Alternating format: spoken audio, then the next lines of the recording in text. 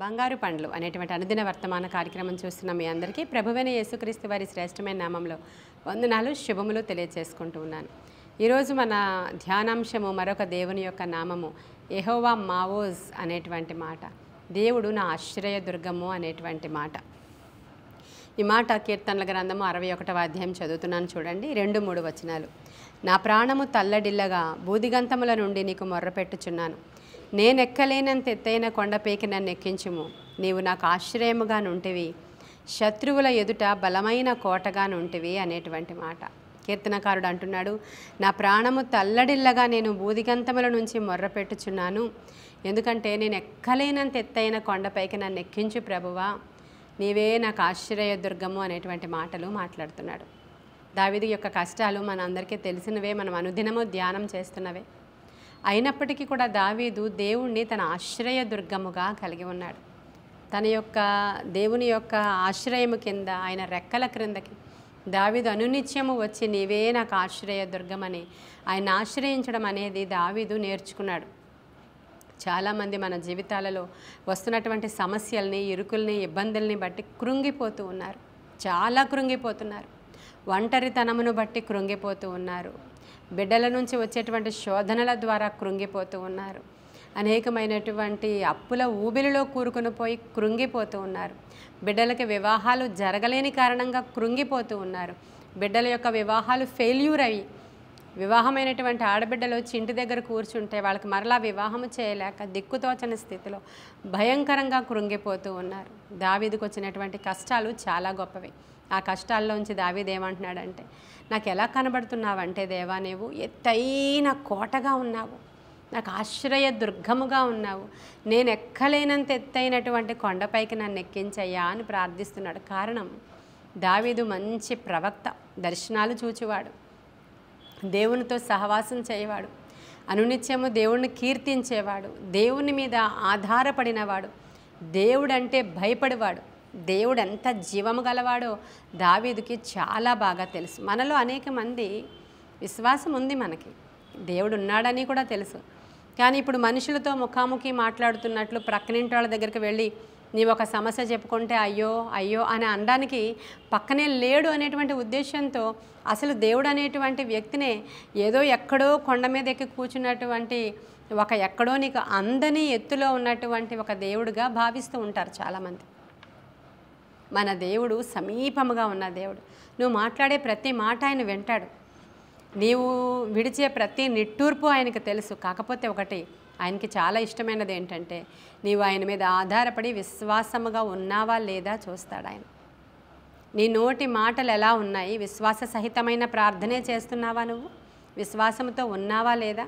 నీవు దేవునికి భయపడుతున్నావా? న్యాయమైనటువంటి విధులను అనుసరించి నీవు జీవిస్తున్నావా లేదా అని ఆయన నిన్ను గమనిస్తూ గ్రహిస్తూ ఉంటాడు. 118వ కీర్తనలో మనుషులను నమ్ముకొనుట కంటే యెహోవాను ఆశ్రయించుట మేలు, రాజులను నమ్ముకొనుట కంటే యెహోవాను ఆశ్రయించుట మేలు అనేటువంటి మాటను చూస్తాం. మనం ఎవరిని ఆశ్రయిస్తున్నాం? ఇప్పుడు ఆశ్రయ దుర్గము దావీదుకి దేవుడే. ఇక ఏ మనుషులను ఆశ్రయించి సౌలు కంటే పెద్దవాడు ఎక్కడున్నాడా అని అక్కడికి వెళ్ళి ఫిలిష్తీల రాజు దగ్గరికి వెళ్ళి మా రాజు మీదకి యుద్ధానికి వెళదాం, వస్తావా?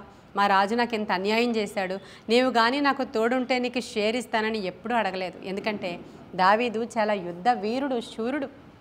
ఫిలిష్తీన్ల రాజుల దగ్గర కొంతకాలం అతను జాబ్ చేశాడు, సైన్యంలో పనిచేశాడు.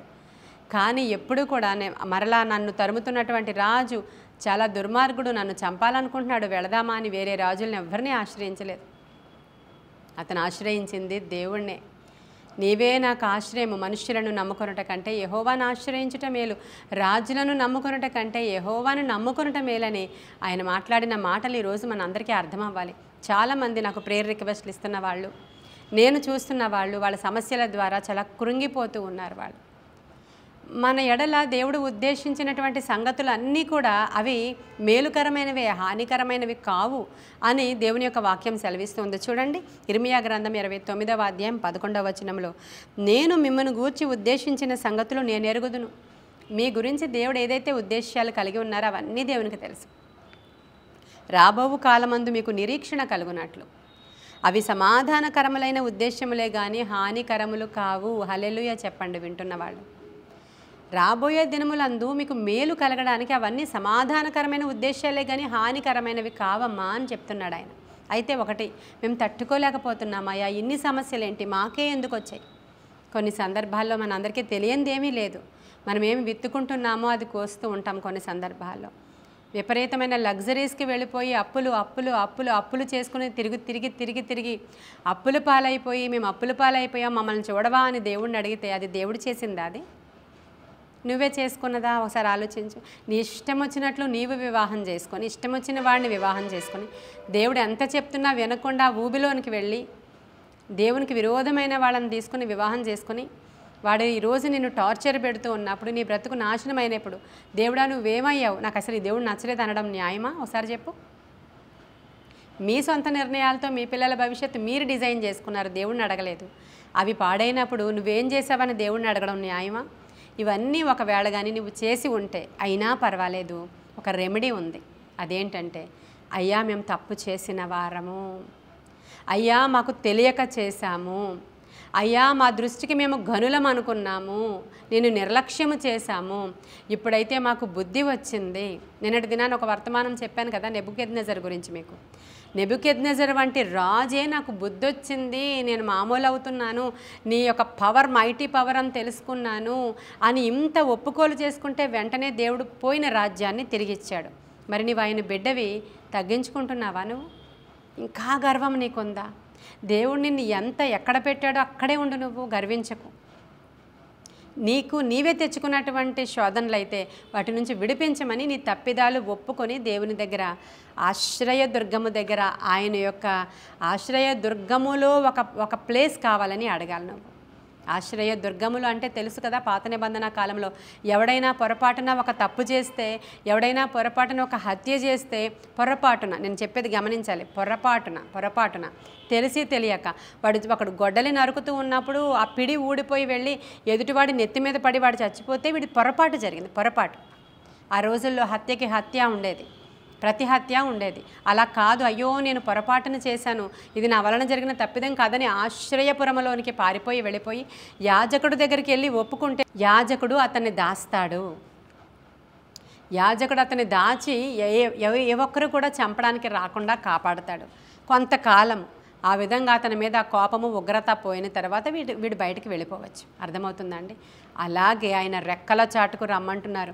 ఈరోజు యెహోవా మావోస్, ఆయన రెక్కల చాటుకు నువ్వు వచ్చి నీ తప్పిదాన్ని ఒప్పుకొని బాధలను బంధకాలను విడిపించమని ప్రభువుని శరణు వేడుకుంటే ఆయన తప్పక విడిపించే దేవుడు, అద్భుతం జరిగించే దేవుడు. నీకు వచ్చినవన్నీ కూడా మిమ్మల్ని చంపడానికి కాదు, హానికరమైన ఉద్దేశాలు కాదు, నీ మేలు కొరకే. అవి సమాధానకరమైనవే కానీ హానికరములు కావని ఇర్మియాలో చదివి వినిపించాను కదా. దావీదు ఇలా అంటాడు ఒక మాట, శ్రమ కలుగుట నాకు మేలాయను, ఒకవేళ శ్రమ కానీ కలగకపోతే నేను త్రోవ త్రప్పిపోయేవాడిని అంటాడు ఆయన. ఇప్పుడు ఈ సమస్యలన్నీ ఎందుకు వచ్చాయ్యా అంటే, అధికముగా దేవుని హత్తుకోవడానికి, అధికముగా దేవుని యొక్క జ్ఞానము తెలుసుకోవడానికి, అధికముగా దేవుని యొక్క ఉద్దేశాలు, ఉన్నత ఉద్దేశాలు గ్రహించి తప్పు తెలుసుకుని విడిచిపెడితే నిత్య రాజ్యం నీకు ఇవ్వడానికే. ఒకవేళ నువ్వు ఏ పొరపాటు చేయలేదు, ఏ తప్పు చేయలేదు, నీతిగా న్యాయంగా నిజాయితీగా వెళుతున్నావు, అయినా నీకు కష్టాలు వచ్చాయనుకో, అయినా పర్వాలేదు, కొద్ది కాలం మీరు ఓర్చుకోండి, ఖచ్చితంగా నేను ప్రతిఫలం ఇస్తాను. ఇప్పుడు మీకు వచ్చినవన్నిటి వల్ల మీకు మేలే జరుగుతుంది. ఇప్పుడు దావీదుకి మేలు జరిగిందా, కీడు జరిగిందా? దావీదు దగ్గరికి అందరూ వచ్చారు, ఒక సైన్యం తయారైంది, శత్రువు సంహారం జరిగింది, మంచి రాజ్యాన్ని ఎస్టాబ్లిష్ చేశాడు, దేవునికి మందిరం కట్టించాడు. కాకపోతే కొంతకాలం శ్రమ పడ్డాడు. ఆ శ్రమ నాకు మేలైంది అంటున్నాడు దావీదు. కాబట్టి ఈరోజు శ్రమలలో వెళుతున్న మీరు అందరూ బాధపడొద్దు, భయపడొద్దు, బెంగపడొద్దు, భీతి నొందొద్దు. దేవుని యొక్క వాక్యాన్ని తరచూ ధ్యానం చేయండి, తగ్గించుకోండి. ఫస్ట్ నేను చెప్పింది అదే, మిమ్మల్ని మీరు తగ్గించుకోండి. మనకి గర్వం ఉందని మనకు తెలియదు ప్రియమైన దేవుని బిడ్డ, చాలా గర్విష్ఠులం మనము. గర్వం ఉందని మనకు తెలియదు. మన హృదయాన్ని బట్టి, మన గర్వాన్ని బట్టి చాటుగా ఏడుస్తాడంట దేవుడు. కాబట్టి గర్వం అంతా మాలోంచి తీసివేయను ఆయన. నటించొద్దు, నిజంగా మార్పు రావాలి. చాలామంది లోపలంతా చాలా గర్వం ఉంటుంది, బయటికి మాత్రం అమ్మ తల్లి అని మాట్లాడతారు, తర్వాత చాలా గర్వంగా ప్రవర్తిస్తారు వాళ్ళు. అది ఎవరికి నష్టం అంటే, ఎవరు గర్విష్ఠులో వాళ్ళకే నష్టం. కాబట్టి మనము దావీదులాగా ఈరోజు చెప్దామా, అయ్యా మా ఆశ్రయదుర్గమా, మా ఆధారమా, మా కేడెమా, మమ్మల్ని ఒకసారి దృష్టించండి అయ్యా, అని నేను ఎక్కలేనంత ఎత్తైన కొండపైకి నన్ను ఎక్కించండి అని అడుగుదాం. దావీదు ఈ ప్రార్థన, దావీదు యొక్క పరిస్థితి, దావీదు యొక్క బిహేవియర్తో దేవుడికి ఎంత ఇష్టం అంటే ఒక మాట చదువుతాను చూడండి మీకు.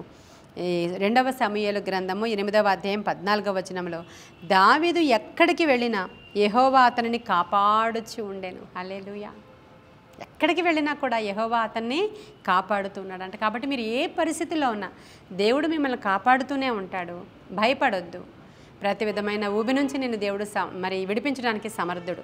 ఆ రోగము నుంచి, ఆ అప్పు నుంచి, ఆ బాధ నుంచి, ఆ లేమి నుంచి, ఇంట్లో వచ్చిన అవమానం నుంచి, నింద నుంచి, అన్నిటి నుంచి కూడా విడిపిస్తాడు. మరొకసారి దేవుని సన్నిధికి వెళ్ళి ఆశ్రయదుర్గాన్ని మీరు ఆశ్రయించండి. ఆశ్రయదుర్గంలోనికి పరిగెత్తి పోండి. ఎవ్వరూ ఏమీ చేయలేరు. అప్పుల వాళ్ళు అక్కడే ఉండిపోతారు. నువ్వు తీర్చడానికి దేవుడు సామర్థ్యం ఇస్తాడు. డబ్బులు సంపాదించే సామర్థ్యాన్ని ఇస్తాడు. వాళ్ళందరూ నిన్ను కనికరం చూపిస్తారు నీ మీద. నువ్వు తప్పకుండా తీర్చగలుగుతావు. ఒంటరిగా ఉండి ఎవ్వరూ లేరు, దిక్కుతోచని స్థితిలో విధవరాళ్ళలాగా, అందరూ విడిచిన వాళ్ళలాగా ఉన్నవాళ్ళు చాలామంది బాధలు పడుతూ ఉన్నారు. మీ వైపు కూడా ప్రభువు దృష్టిస్తాడు. న్యాయము చేసే దేవుడు అమ్మ ఆయన. న్యాయము చేసే దేవుడు. గొప్ప కార్యాలు ఆయన జరిగించడానికి సమర్థుడు. కాబట్టి అట్టి కార్యాలు చేసే దేవుని వైపు మరొకసారి మీరు చూసి ఈరోజు యెహోవా మావోజ్ నీకు వందనాలని చెప్పండి. ఈ మాటల ద్వారా కొంత ధైర్యం మీరు తెచ్చుకోవాలని, ఈ మాటలు మీ వినికిడిలో ఫలించాలని, విశ్వాసం మీలోనికి రావాలని, ఉదయకాల సమయంలో ఆశ్రయదుర్గమైన మన ప్రభువుని మీరు ఆధారపడి ఆయన శరణు జొచ్చాలని నేను ఆశపడుతున్నాను. ఈ కొన్ని మాటలు దేవుడు మన వెనికిడిలో దీవించునుగాక. ఆమేన్. మీకోసం నేను ప్రార్థన చేస్తాను. మీరు తేలికపరచబడ్డానికి, మీరు విడిపించబడ్డానికి, మీరు బలం పొందుకోవడానికి, మీలో విశ్వాసం అధికమవడానికి, దావీదుకి ఇచ్చినటువంటి ఆ మంచి ఆసక్తి మీలో కలగడానికి నేను ప్రార్థన చేస్తాను. ఏకీభవించండి. మహాపరిశుద్ధుడైన తండ్రి, మహోన్నతుడైన దేవ, ఎందరైతే విడనాడబడిన వారు ఉన్నారో, ఎందరైతే బాధల్లో ఉన్నారో, ఎందరైతే బంధకాల్లో ఉన్నారో, ఎందరైతే వేదనలో ఉన్నారో, ఎందరైతే ఏ ఉరిలో ఉచ్చులో చిక్కుకుపోయి ఉన్నారో, ఏ అప్పులో వ్యాధిలో చెరలో కూరుకుపోయి ఉన్నారో దేవా, ఈరోజు ప్రతి వారిని విడిపించమని అడుగుచున్నానయ్యా. నీ గాయముల గుండా వచ్చిన రక్త ప్రోక్షణ ఆయా గృహాల మీద ప్రోక్షించబడునుగాక. నీవిచ్చిన ధైర్యపు ఆత్మ వారి గృహాలను దర్శించునుగాక. యేసునామములో ఒక బ్రేక్ త్రూ జరుగునుగాక. యేసునామములో ఒక విడుదల కలుగునుగాక. ఆత్మ కార్యాలు వారి జీవితంలో జరుగునుగాక. నీ కృపగల హస్తానికి బిడ్డలను అప్పగించుకుంటూ ఆత్మశక్తితో నింపి నడిపించి మీరు మహిమ పొందుకోమని, ఈరోజు వాళ్ళని ఓదార్చమని, సేదతీర్చమని, విడిపించమని, దావీదుకు తోడై ఉన్నట్లు వారికి తోడై ఉండి నడిపించి మీరు మహిమ పొందుకోమని యేసయ్య శ్రేష్ఠ నామంలో అడుగుచున్నాము తండ్రి. ఆమేన్, ఆమేన్, ఆమేన్. God bless you.